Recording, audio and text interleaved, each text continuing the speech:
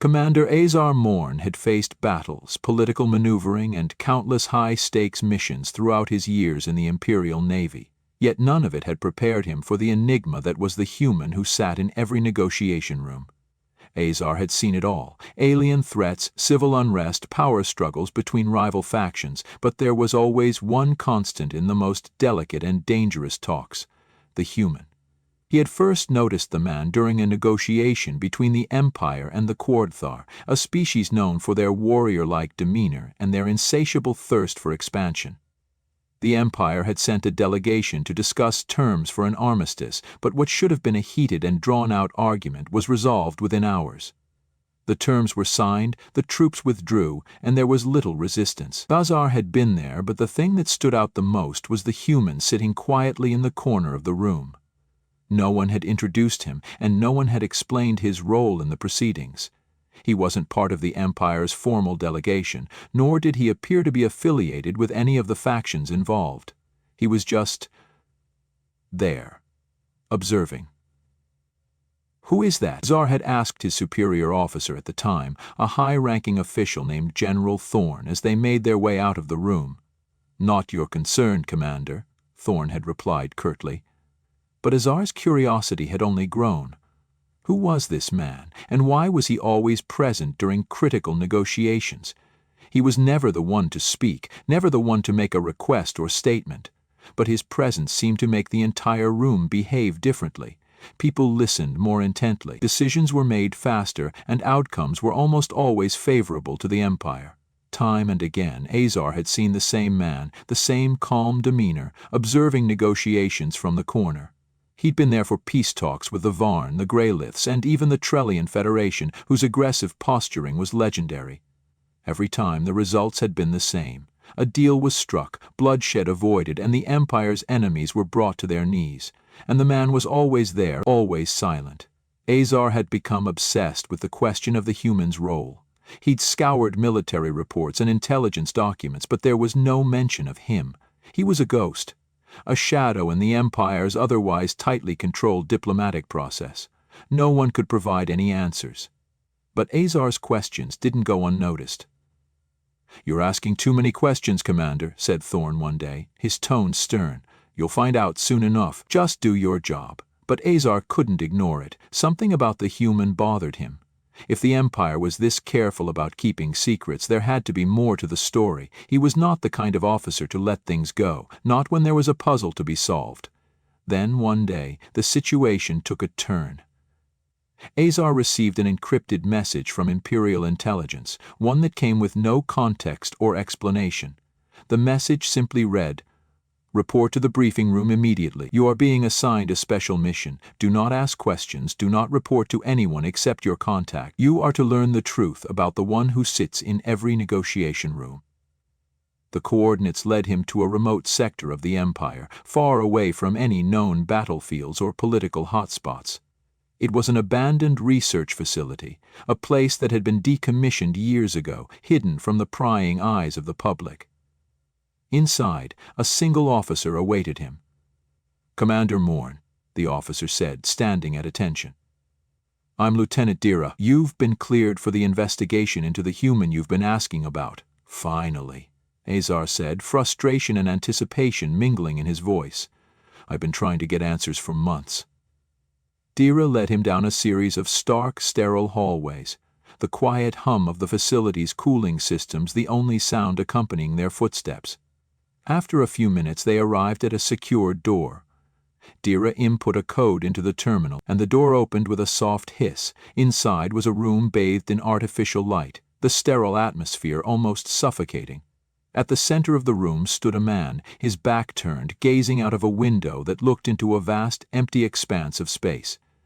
The man was the one Azar had seen in the negotiation rooms countless times, the same calm expression, the same composed posture. He turned slowly to face Azar, his dark eyes locking onto the commander's with an unsettling calm. "Commander Azar Morn," the man said, his voice smooth but carrying an undercurrent of authority that made Azar's skin prickle. "I've been expecting you." "You?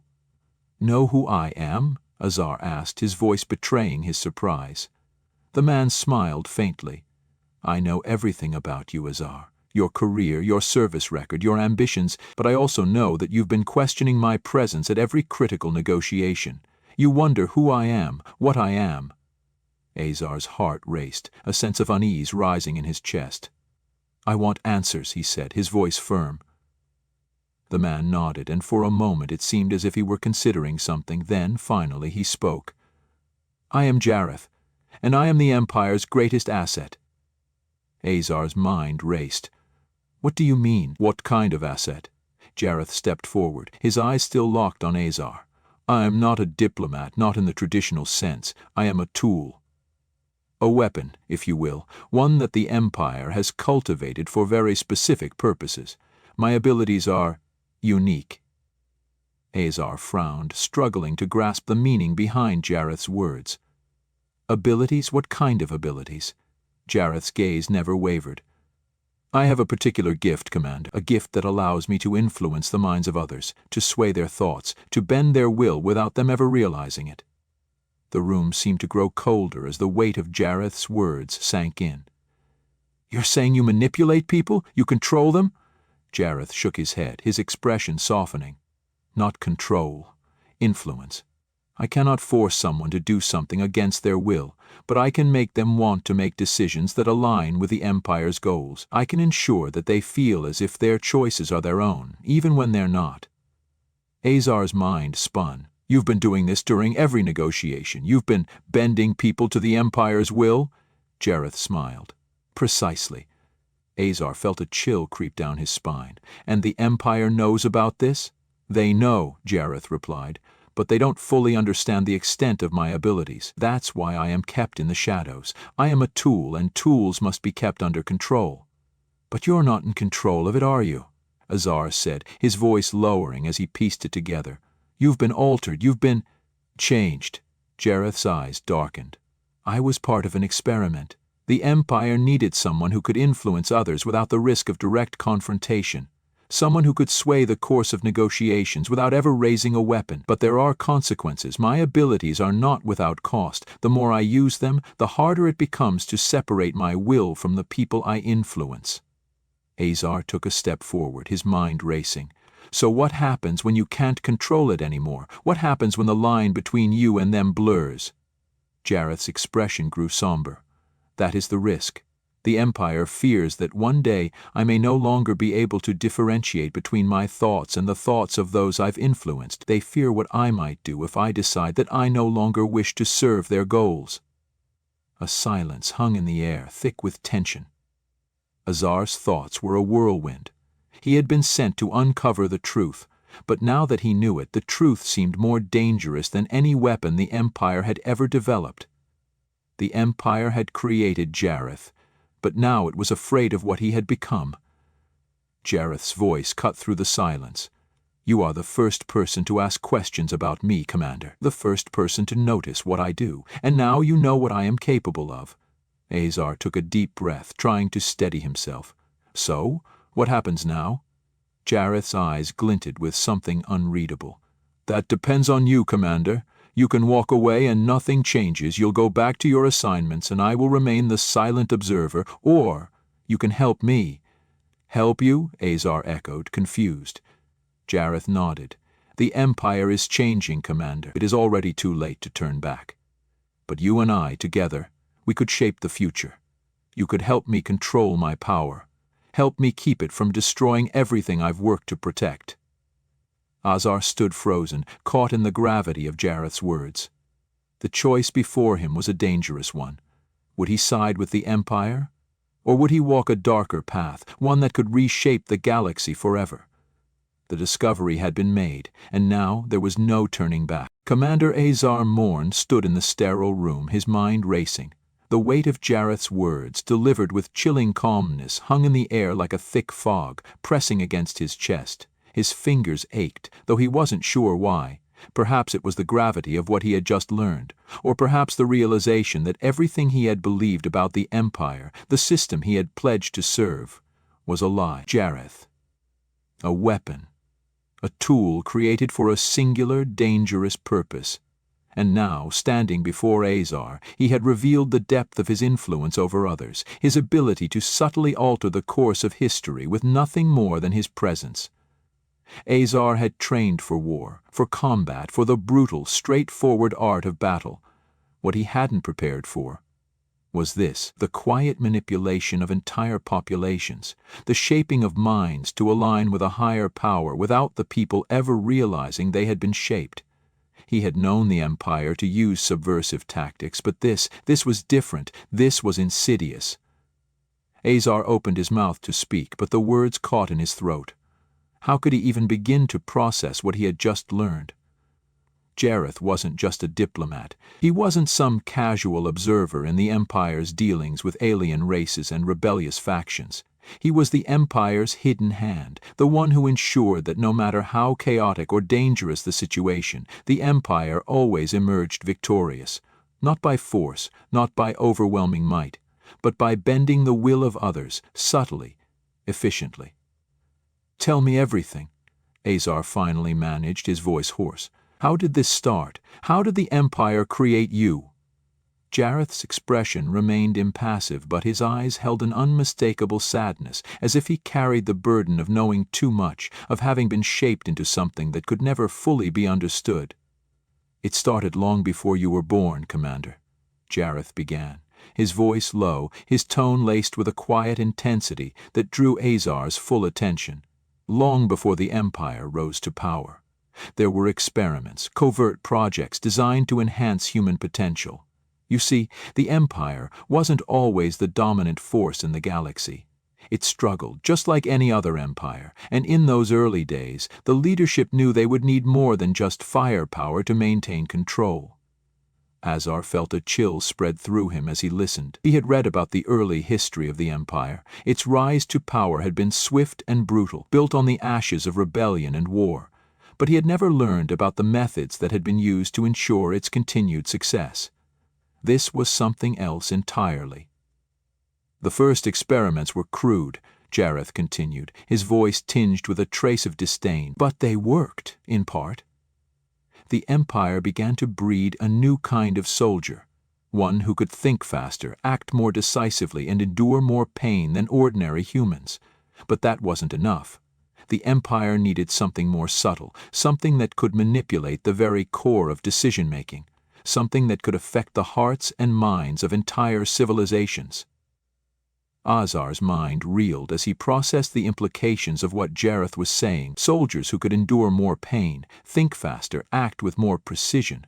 Those were enhancements he could understand. But this was a different kind of weapon altogether. Jareth seemed to sense Azar's confusion, and he gave a small, rueful smile. "You've heard of the psychological programs, the mind-altering drugs, the neural enhancements they've used on soldiers in the past. But none of that compares to what they did to me." Azar's heart skipped a beat. "What did they do to you?" he asked, his voice quieter now. Jareth took a slow breath, his gaze drifting to the window as if the weight of the memory was too much to bear. "They altered my brain chemistry, Commander. They rewired my neural pathways. They enhanced certain abilities that most humans don't even know are possible. They made me a weapon that doesn't use brute force or violence, a weapon that can change the course of history without anyone even realizing it." Azar felt a creeping unease slither down his spine.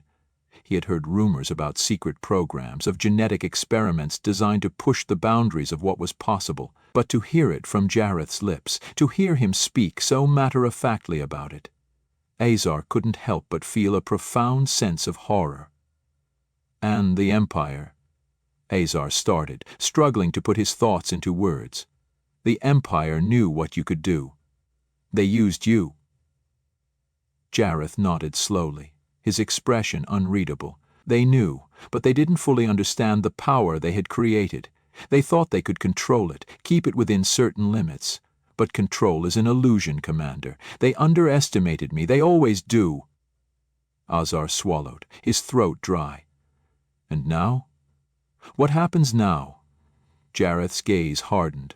"Now the Empire fears me. They fear what I could do if I ever decide I no longer want to serve their interests. They've kept me in the shadows for a reason. They've kept me as their quiet observer, their secret weapon. But I can't continue this way, Commander. I can't live as a puppet, controlled by the whims of the Empire. Azar's thoughts raced, his mind scrambling to make sense of it all. You want out, he said, more to himself than to Jareth. I want control, Jareth corrected him, his voice tinged with a quiet intensity that Azar couldn't ignore. I want to shape my own future, one where I am no longer the tool of an empire that doesn't understand me. The real question is, Commander, what do you want? Azar blinked, taken aback by the directness of the question. He had come here seeking answers, seeking to understand the human who sat in every negotiation room. But now the tables had turned. Now Jareth was asking him to choose. The silence between them was heavy, laden with unspoken meaning. Azar thought about the Empire, about everything he had worked for, everything he had believed. The Empire had given him a place, a purpose. It had given him power, security, and loyalty. But now, he wasn't so sure. The truth that Jareth had revealed was too unsettling to ignore. Azar began, but the words caught in his throat. I don't know what to say. I've spent my life serving the Empire. I've fought for it, bled for it. And now you're telling me that everything I thought I knew was a lie? That the Empire isn't what it seems? Jareth's eyes softened slightly, but his voice remained firm. The Empire is a machine, Commander. It's a force that feeds on control and power. It will use you as long as you're useful, but when you're no longer needed, it will discard you, just like it has done with countless others. The only difference is you have a choice. You don't have to be another cog in the machine. Azar felt a stirring within him, a conflict that had been building since the moment he had stepped into this room. For the first time in his life, he was confronted with the possibility of something more than duty, something more than loyalty to an empire that was built on lies. And if I refuse? Azar asked, his voice barely above a whisper. Jareth's gaze turned piercing, the quiet intensity in his eyes growing stronger. If you refuse, you will remain a pawn. You'll continue to serve the Empire, continuing to fight for a system that doesn't care about you. And when you're no longer useful, they will cast you aside, just like they did with the others before you. Azar's heart raced. The choice before him was stark. Loyalty to the Empire meant safety, power, and order, but what was the price of that loyalty? What did it mean to serve an empire that had twisted him into a tool, that had used people like Jareth without understanding the consequences? He could hear the faint hum of the facility's ventilation system, the only sound in the room. The walls seemed to close in around him as he struggled to find his words. He had always been a soldier, a commander, a servant of the Empire. But now he wasn't so sure what that meant. Jareth stepped closer, his voice softening. I don't ask you to join me, Commander. I only ask that you make the decision that's right for you. The Empire will not change, no matter how hard you fight for it. But you have the power to change your own destiny. Azar's mind swirled with conflicting emotions. His duty, his loyalty, his beliefs, all of it was crumbling before him. The future was uncertain, and the choice was his alone. I need time, Azar said, his voice shaky. I need time to think. Jareth nodded, understanding in his gaze. Take all the time you need, Commander, but remember this. The decision is yours, and once you make it, there's no going back. As Azar turned to leave, his mind was a whirlwind of uncertainty. The empire he had once believed in, the system he had served without question, was no longer what it seemed. And Jareth. Jareth was both the Empire's greatest weapon and its greatest threat. Now it was up to Azar to decide which path he would walk. Would he remain loyal to a system built on lies, or would he risk everything for the chance to shape his own future? The discovery had only just begun. This expanded chapter continues to delve into the complexities of Jareth's character and his relationship with Azar. It builds on the initial revelation, increasing the tension as Azar is forced to confront his own beliefs and make a choice that will alter the course of his life and potentially the galaxy's future. The stage is set for the larger conflict to unfold, with Azar now standing at a crossroads, unsure of what comes next. Commander Azar Morn couldn't sleep. His mind refused to quiet, constantly replaying the conversation with Jareth, the unsettling truths that had been revealed. The quiet hum of the facility's ventilation system seemed to echo in his mind, amplifying the growing tension within him. How had everything changed so quickly? He had come to this place seeking answers, but what he had found was not a revelation. It was a chasm, a deep, dark void of uncertainty. The images of Jareth's calm demeanor and piercing eyes flashed before Azar's eyes every time he closed them. A man, no, a weapon, created by the Empire, capable of subtly influencing minds, shaping decisions with an unseen hand. And yet he had rebelled against the very system that had shaped him, seeking control over his own destiny. Azar had always been loyal to the Empire. It was the force that had given him purpose, that had given him his place in the galaxy. He had believed in the Empire's ideals of order and strength, even when it was brutal, even when it required sacrifice. He had never questioned the Empire's methods, not in any meaningful way, until now. Jareth had made it clear. The Empire was a machine, cold and indifferent, using people like him and casting them aside when they were no longer useful. But if that was true, then what did that make a cog in the machine? A puppet, following orders without ever truly understanding the cost? No, he refused to believe that. He had chosen his path, and the Empire had been the guiding force. But now a seed of doubt had been planted, and Azar didn't know if it would ever be uprooted. He stood at the edge of the observation deck, staring out into the black void of space. The stars twinkled like distant memories, and for the first time they seemed unreachable, irrelevant. The Empire, the very thing he had fought for, seemed distant now, like a dream fading into the morning light. A soft beep interrupted his thoughts. He turned, and a small holographic interface appeared in the air before him. It was an encrypted message. From General Thorn. Commander, report to the briefing room immediately. High-level emergency. Don't ask questions. It's time for you to meet with the Admiral. Azar didn't hesitate. He had no choice but to follow orders. Whatever this was, it would have to wait. The briefing room was stark, its walls lined with data panels and screens. The atmosphere was tense, the air thick with anticipation. General Thorn stood at the front of the room, flanked by two other high-ranking officers. Their faces were grim, as if they had already made their decisions, and Azar was simply a witness to what was about to unfold. "Commander Morn," Thorn greeted him curtly, his expression unreadable. "Take a seat. We have a situation." Azar sat down, the weight of the room's attention on him. "What's going on, sir?" Thorn didn't waste time. "We've just received word that the Varn, an alien faction we've been negotiating with for years, have mobilized their forces. They've rejected our latest peace offer and have begun amassing troops at the border." The Varn were a formidable species, known for their ferocity in battle and their resistance to diplomatic efforts. Azar had spent years in the negotiations with them, trying to secure a lasting peace, but now it seemed like everything was falling apart. "The Varn have sent a message," Thorn continued. "They demand an immediate surrender of all Imperial forces along the Eastern Front. They're not interested in peace. They want war." Azar's stomach tightened. This was not just a diplomatic failure. It was a threat to the stability of the entire region, and worse still, it meant that thousands of lives could be lost in the conflict. The Empire had been on the verge of securing peace, and now it was all crumbling. "We need to respond," Thorn said, "and we need to do it quickly. We can't afford to let this escalate. You're going to be part of the team that will handle this." Azar felt a cold dread seep into his bones. He had been on the front lines before, but never with the stakes so high, never when the balance of power in the galaxy seemed so fragile. He had always trusted that the Empire would make the right decisions, but now he wasn't so sure.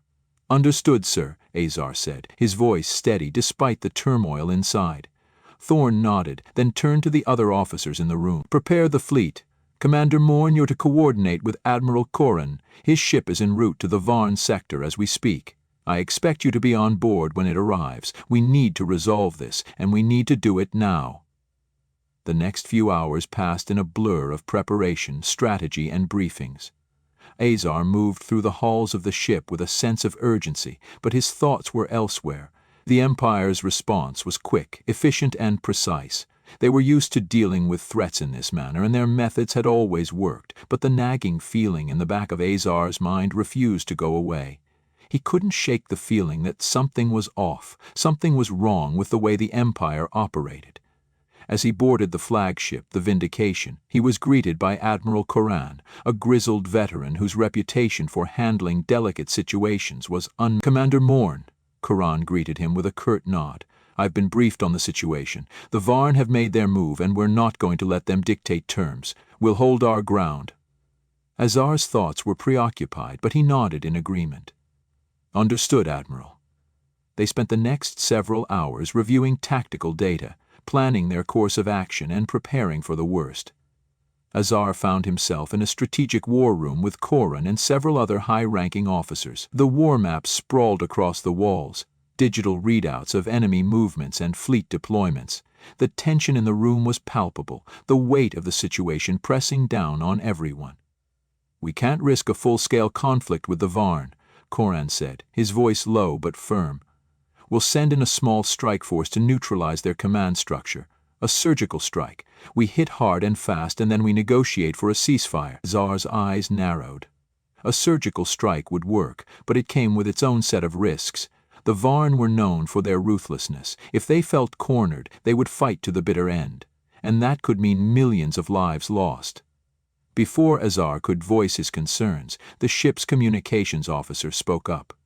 Admiral, incoming transmission from the Varn fleet. They want to speak with our negotiator. Azar's heart skipped a beat.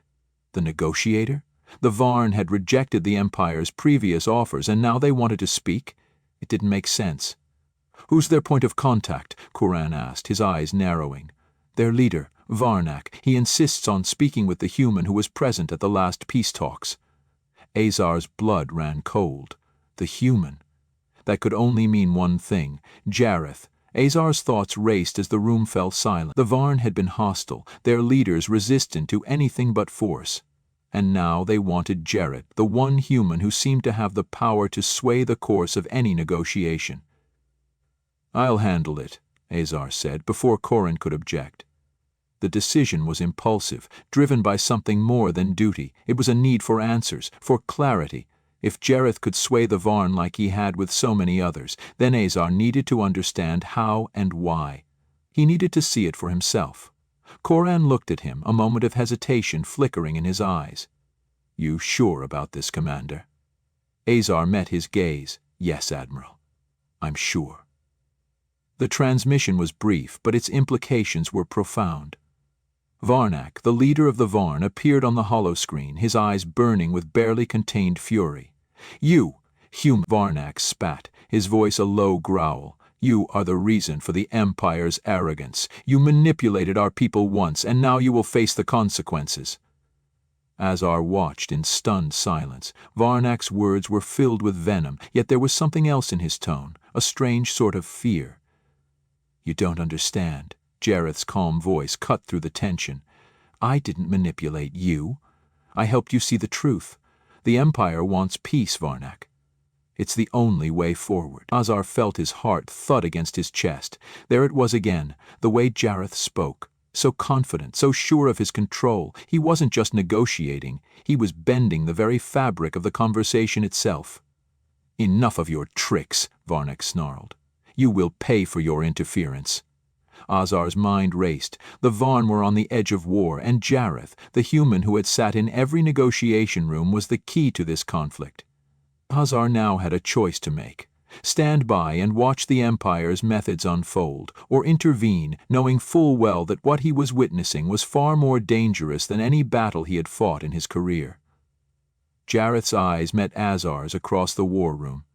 A silent understanding passed between them, and in that moment, Azar realized that the future of the Empire was no longer in his hands. It was in Jareth's.